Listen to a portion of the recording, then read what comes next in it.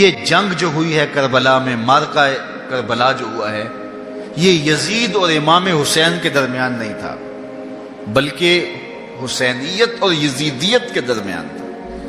یعنی یہ شخصی لڑائی نہیں تھی بلکہ نظریات کا تصادم تھا۔ اگر شخصی لڑائی ہوتی تو یزید جیت گیا تھا، بطور شخص حضرت امام حسین شہید کر دیے گئے اور یزید جو ہے وہ تخت و تاج پہ متمکن رہا۔ تو اگر یہ شخصی لڑائی قرار دیں تو یزید جیت گیا اور امام حسین ہار گئے، یہ شخصی اگر لڑائی قرار دیں، اور اگر یہ لڑائی نظریات کی قرار دیں، اور جو حقیقت میں نظریات کی لڑائی ہے، تو یزیدیت ہار گئی اور حسینیت زندہ باد ہو گئی۔ یزیدیت کا جنازہ نکل گیا۔ وہ تخت و تاج جس کے لیے یزید نے اتنا کچھ کیا تھا، اس کے اپنے بیٹے نے اس پہ تخت پہ تھوکا۔ یزید کا بیٹا معاویہ بن یزید جب تخت نشین ہوا ہے تو وہ گھر سے باہر 6 ماہ نہیں نکلا، اس کا جنازہ ہی نکلا۔ تو لوگوں نے کہا آئیے نا تخت پہ بیٹھیے، کہا میں اس تخت پہ نہیں بیٹھنا چاہتا جس سے آل پیغمبر کے خون کی بو آ رہی ہے، میں نہیں اس تخت پہ بیٹھنا چاہتا۔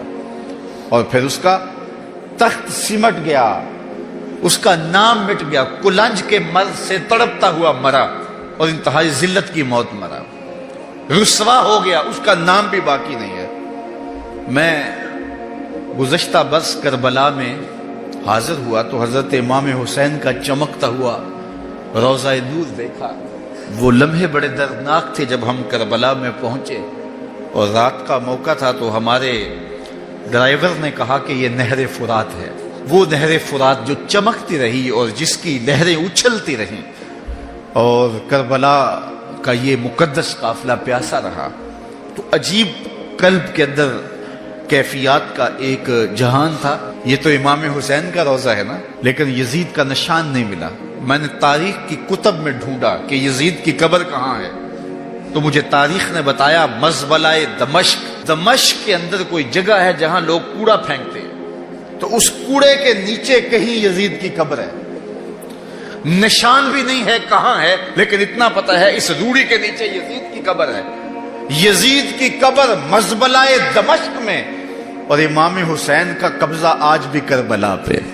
تو یزید کا نام مٹ گیا، اس کا تشخص مٹ گیا، امام حسین کا نام بھی باقی، آپ کا ذکر کی باقی، اور آپ کے تذکروں کی خوشبو بھی باقی۔ تو یہ شخصی لڑائی نہیں تھی۔ میں نے اس دن عرض کیا تھا کہ طلحہ بن عدی بن حاتم نے 30,000 لوگ پشت پہ کھڑے ہونے کی بات کی تھی، لیکن امام نے اس پیشکش کو ٹھکرا دیا تھا، اس لیے کہ آپ حق اور باطل کی راہیں اجالنا چاہتے تھے، اور وہ انہوں نے اجال لی۔ حضرت امام حسین کی شہادت کے بعد بھی یہ جنگیں جاری رہی۔ مالک اشتر کی قیادت میں مختار سقفی کی فوجیں ابن زیاد کی فوجوں کے مقابلے میں فرات کے کنارے لڑ رہی تھی۔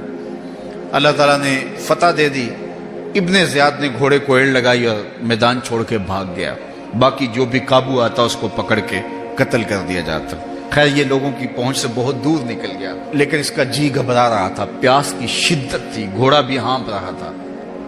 تو یہ چلتے چلتے صحرا میں گیا تو وہاں اس نے دیکھا کہ ایک خیمہ ہے، تو سوچا کہ میں چلتے چلتے ان سے پانی کا گھونٹ مانگ لوں تاکہ اپنے جگر کی پیاس تو بجھا سکوں۔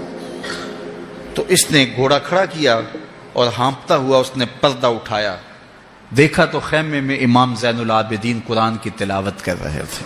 تو جب اس نے دیکھا تو ایک دفعہ تو شرم سے پانی پانی ہو گیا، لیکن مرتا کیا نہ کرتا، پیاس کی شدت تھی، کہ حضرت پانی دیجئے۔ امام زین العابدین نے دیکھا اور پھر گھڑے سے کٹورا بھرا اور اس کے ہاتھ میں تھمایا، سمجھا کہ حضرت نے مجھے پہچانا نہیں، پانی پی لیا، شدت کی پیاس تھی، پھر مانگا، آپ نے پھر دیا، تیسری مرتبہ پھر مانگا، آپ نے پھر دیا۔ 3 کٹورے پانی کے پینے کے بعد امام زین العابدین سے کہنے لگا حضرت شاید آپ نے مجھے پہچانا نہیں۔ امام زین العابدین ابھی تک ضبط کیے بیٹھے تھے، آنکھوں سے موٹے موٹے آنسو نکلے۔ کہا بدبخت تجھے نہیں جانتا جس نے میرا خاندان اجاڑ دیا، 6 ماہ کے بچے بھی نہ چھوڑے، جس نے مخدرات کو اونٹوں پہ بٹھایا، کیا تجھے نہیں جانتا جس نے خاندان نبوت اجاڑ دیا؟ تو کہا حضرت اگر جانتے ہیں تو میرے ساتھ یہ سلوک کیا کیا؟ کہا ایک دن ہم مہمان بن کے تمہارے گھر آئے تھے، جو تم نے کیا وہ تمہارے خاندان کی ریت تھی، آج مہمان بن کے ہمارے دروازے پہ تم کھڑے ہو، جو ہم کر رہے ہیں ہمارے خاندان کی ریت ہے۔ تو یہ شخصی لڑائی نہیں تھی، یہ نظریات کا تصادم تھا۔ تو امام حسین رضی اللہ تعالیٰ عنہ جو چاہتے تھے وہ ہوا، حق اور باطل کی سرحدیں بالکل واضح ہو گئیں۔ نہ یزید کا وہ ستم رہا، نہ زیاد کی رہی وہ جفا، رہا تو نام حسین جسے زندہ رکھتی ہے کربلا۔